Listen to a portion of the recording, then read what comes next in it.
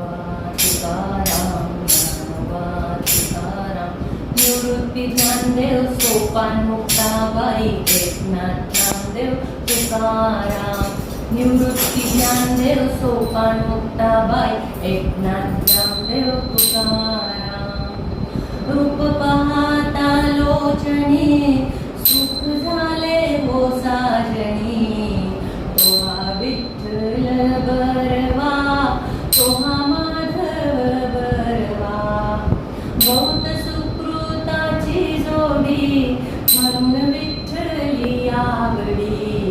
तो हा विठ्ठल बरवा तो हा माधव बरवा. जय जय राम कृष्ण हरी जय जय राम कृष्ण हरी जय जय राम कृष्ण हरी जय जय राम कृष्ण हरी जय जय राम कृष्ण हरी जय जय राम कृष्ण हरी. प्रादेशिक माहेश्वरी महिला मंडळाने महाराष्ट्राचे आद्यदैवत पंढरीश पांडुरंगाची वारी हा विषय हाताळल्याबद्दल धन्यवाद. महाराष्ट्रीय संस्कृतीचा एक वैभवशाली सोहळा म्हणजे पंढरीची वारी. लाखोंच्या संख्येने वारकरी ज्ञानोबा तुकोबादी संतांच्या पालख्यांच्या समवेत मजल दर मजल करीत विठुरायाच्या भेटीला प्रतिवर्षी जात असतात. सर्व स्तरातील प्रसिद्धी माध्यमांच्याही हस्तेचा हा सोहळा झाल्याने तो साऱ्या जगभर पोहोचला ही आहे. काही परदेशी लोकांचा वारीतील सहभाग हे त्याचेच द्योतक आहे. वारी म्हणजे एखाद्या ठिकाणी वारंवार जाणे व परत येणे. पंढरीला नियमित जाणारे व येणारे ते पंढरीचे वारकरी. आषाढ शुद्ध एकादशी हा या समारंभाचा मुख्य दिवस. पंढरपूरला नगर प्रदक्षिणा करून हा सोहळा संपन्न होतो. चंद्रभागे स्नानेला यात खूप महत्व आहे. गीता भागवत करीती श्रवण अखंड चिंतन विठोबाचे या उक्तीप्रमाणे वारीत काकडा भजन प्रवचन हरिकीर्तन जागर अशी विठोबाची वाङ्मयी पूजा संतांच्या पादुकांच्या साक्षीने वारकरी मंडळी अतीव प्रेमाने करतात. यात लाखो लोक ऊन वारा पाऊस तहान भूक यांची तमा न बाळगता अत्यंत शिस्तीत भजन गात गात चालतात. वारीत संतांच्या भेटीगाठी होतात. वारी करणारा कोणत्या प्रांतातला वयोगटातला कुळातला जातीतला नवे नवे कोणत्या धर्माचा याला कवडीचीही किंमत नसते. विठोबाची निष्ठा हाच वारकऱ्यांचा धर्म.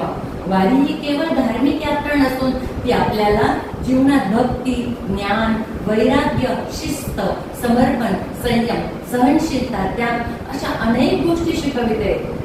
माझ्या वडिलांची मिरासी गा देवा तुझी चरण सेवा पांडुरंगा या अभंगाप्रमाणे महाराष्ट्रात पंढरीच्या वारीची परंपरा आहे. म्हणजे जसे वडिलोपार्जित वारसा पुढच्या पिढीला सांभाळायला देतात तशीच वारी ही पुढच्या पिढीला सांभाळावी लागते.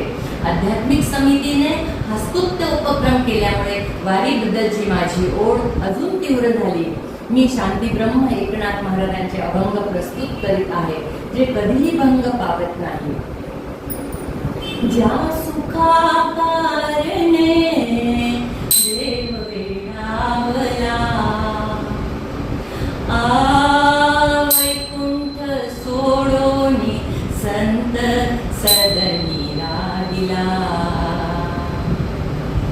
धन्य धन्य ते वैष्णव सदन धन्य धन्य ते वैष्णव सदन.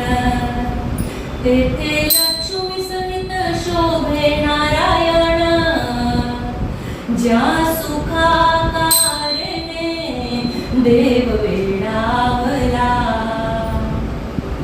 सर्व सुखाची सुख राशी संत चरणीच्या भक्ती मुक्ती दासी. ज्या सुखा कारणे देव वेडावला वैकुंठ सोडोनी संत सदनी राहिला. एका जनार्दनी पार नाही सुखा म्हणून देव बुलला देखा. म्हणून देव बुलला देखा